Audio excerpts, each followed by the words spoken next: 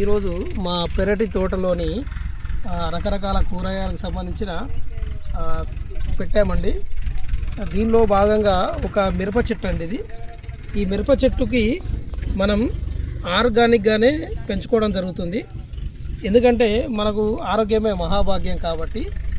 ఇప్పుడు దీని మీద మనం ఏంటంటే ఇంట్లో మామూలుగా వంట పొయ్యిలో వచ్చే బూడిదని తీసి వాటిపైన చల్లడం జరిగింది.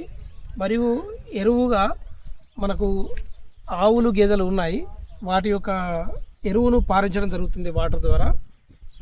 మనం ఈ బూడిదను ఎందుకు చల్లామంటే చూడండి, ఈ బూడిదను ఎందుకు చల్లామంటే ఇది మనకు మిరపలో ఎక్కువ త్రిప్స్ అనే ఒక తామర పురుగు అనేది అటాక్ చేయడం జరుగుతుంది. దానివల్ల ఆకులు ఇలా పైకి ముడిచిపోయి బాగా పెలుసెక్కిపోయి మనకు ఈ పూత అనేది రాకుండా కాయలు పట్టడం జరగదు.